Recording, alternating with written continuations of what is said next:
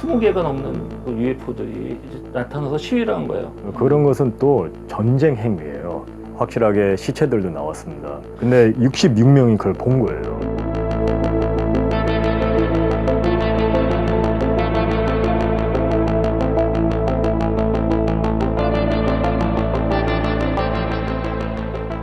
안녕하세요.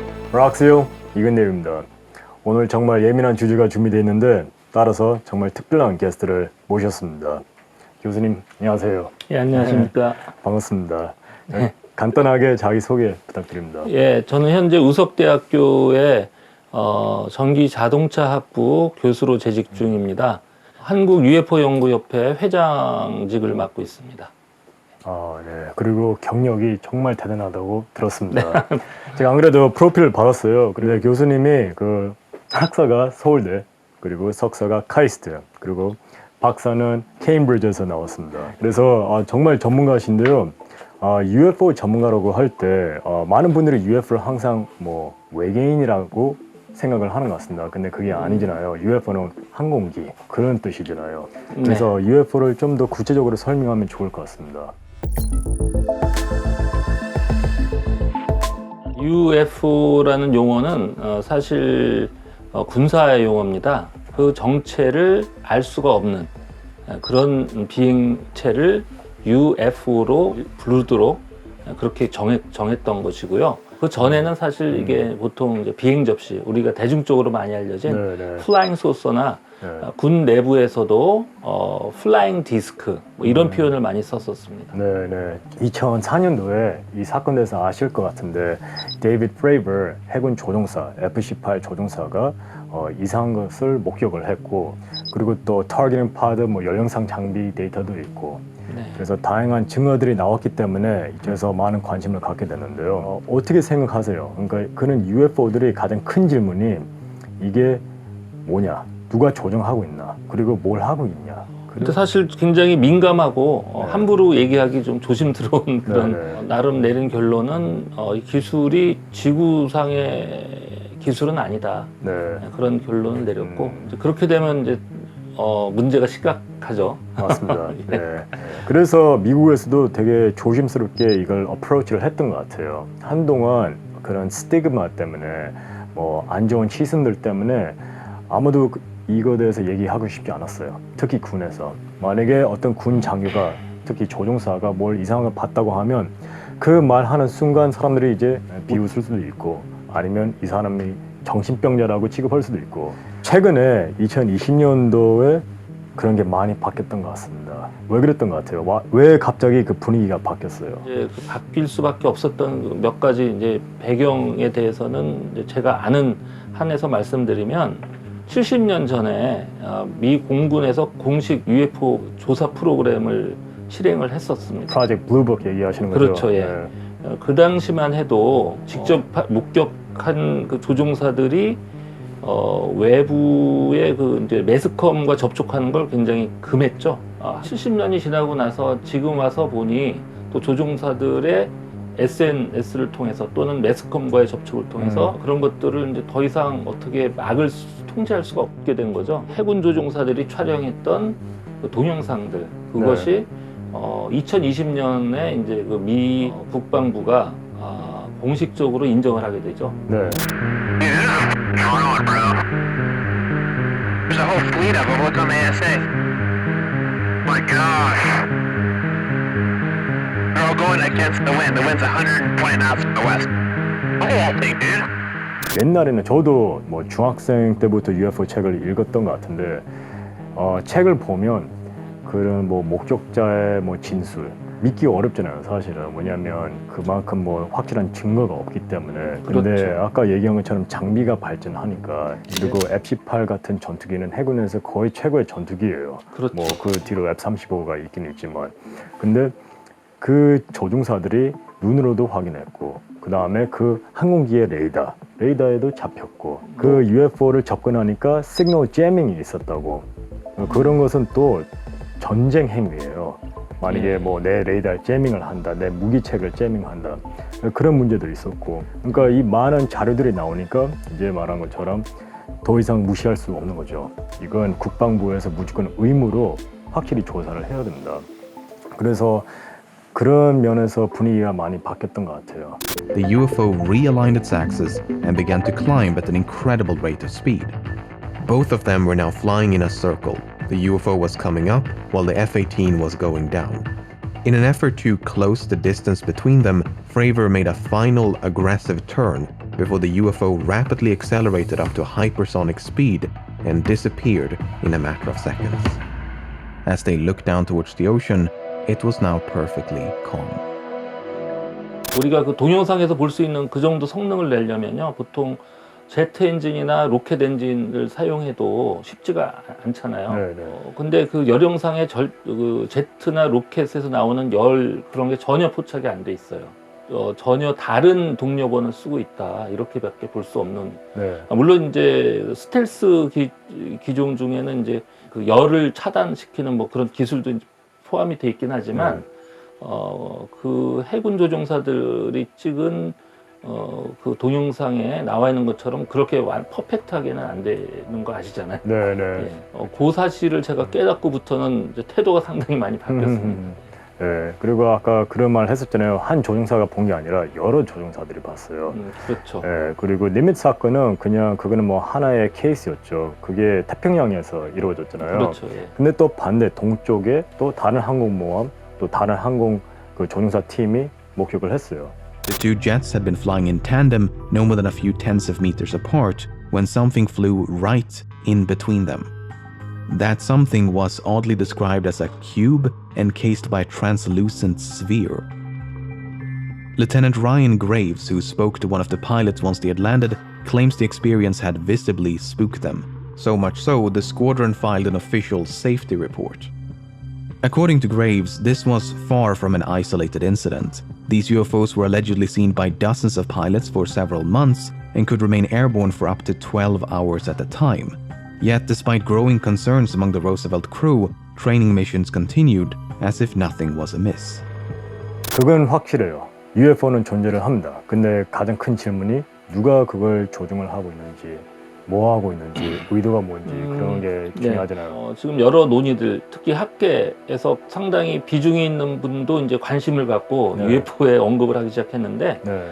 그분들의 일부 견해에 의하면 UFO는 그 안에 어떤 생명체가 타고 있을 것 같지는 않다. 네. 그러니까 UFO, 우리가 현재 이제 목격하는 그런 종류들은 일종의 무인 탐사선 또는 인공지능을 갖춰진 어떤 그런 비행체라고 보는 게 맞다고 이제 그런 주장들을 합니다. 그 이유가 다른 뭐 외계의 어떤 생명체는 가속도를 우리보다 훨씬 더 잘 견딜 수 있을지 모르겠는데 네.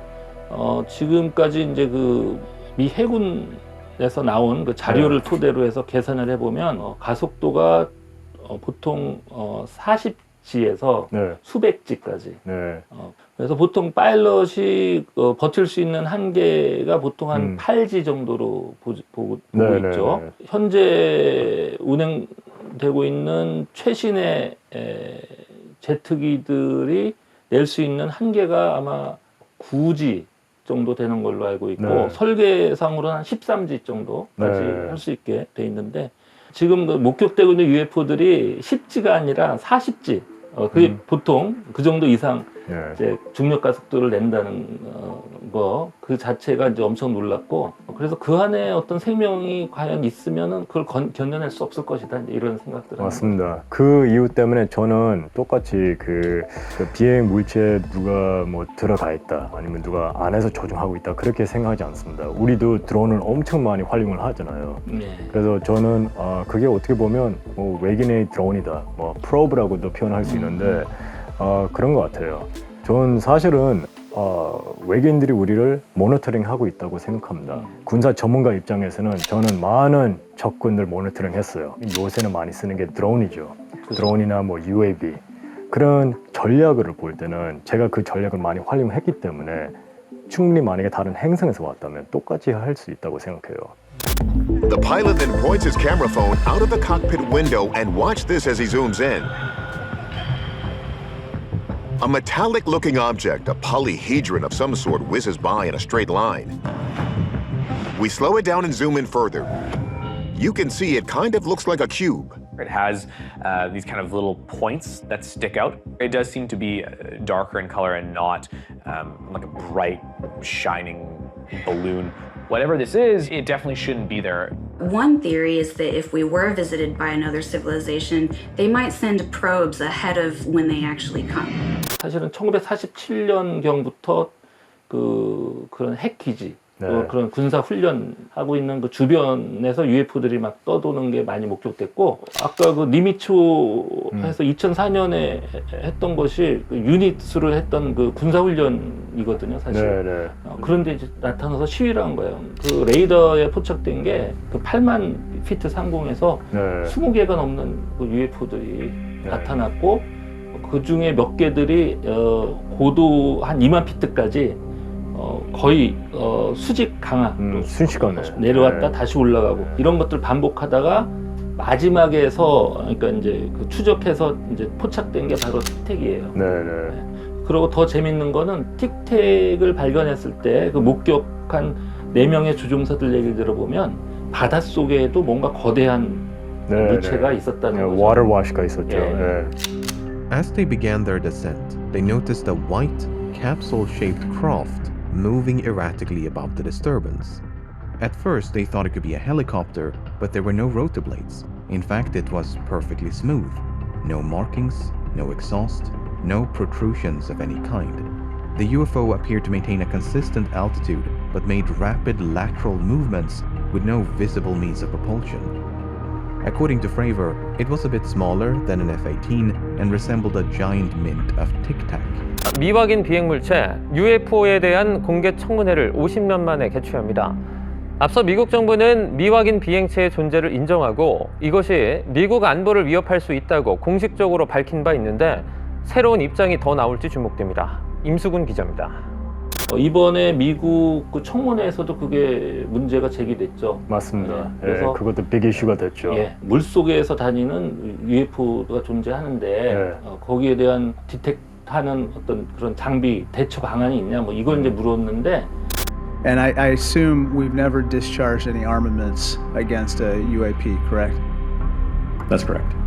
How about wreckage? Have we come across any wreckage of any kind of object that has now been examined by you? The UAP task force doesn't have any wreckage that isn't explainable, that isn't consistent with being of terrestrial origin. Do we have any sensors underwater to detect on submerged UAPs? Anything that is in the ocean or in the seas? So I think that would be more appropriately addressed in closed session. Okay.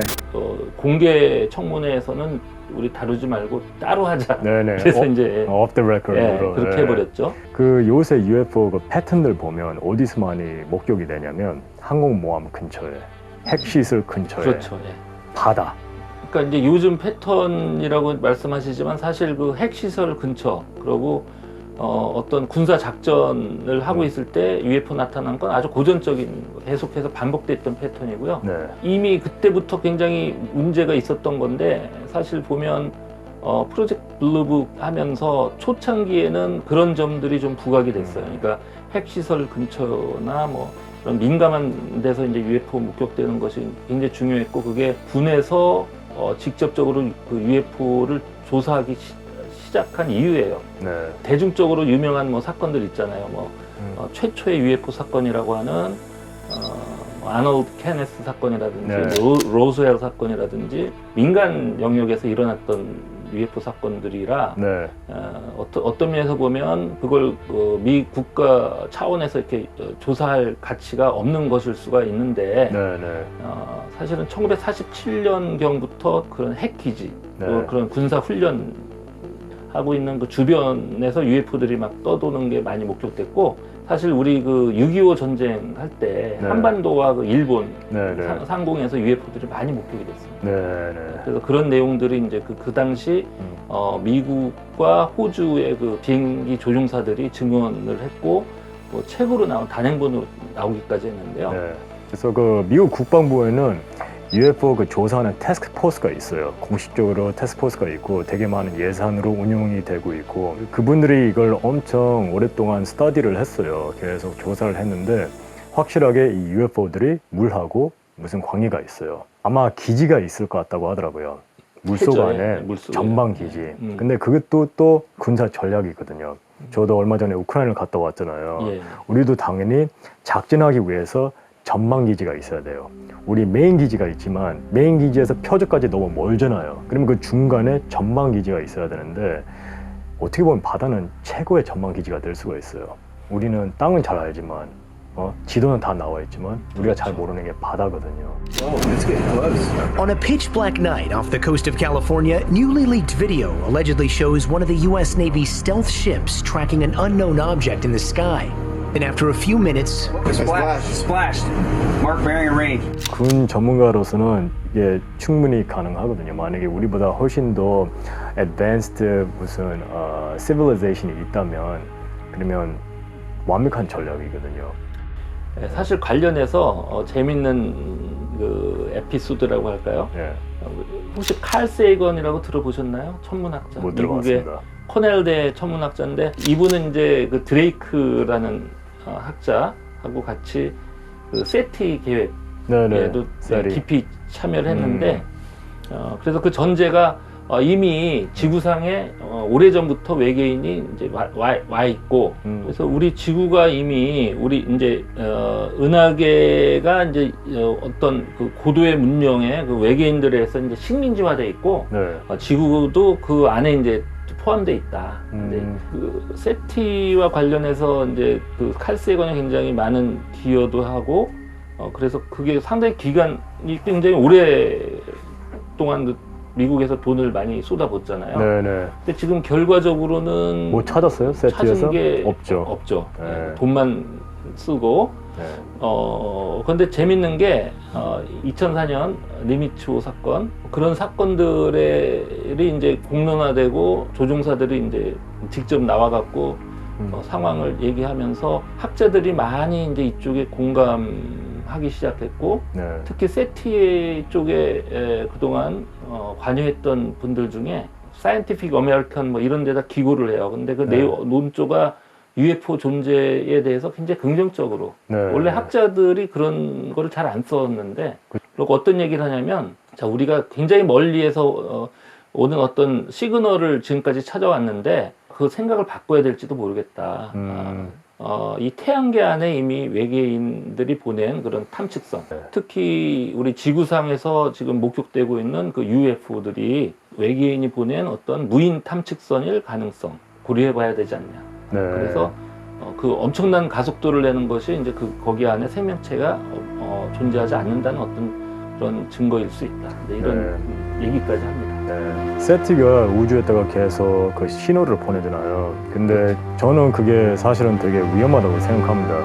왜냐하면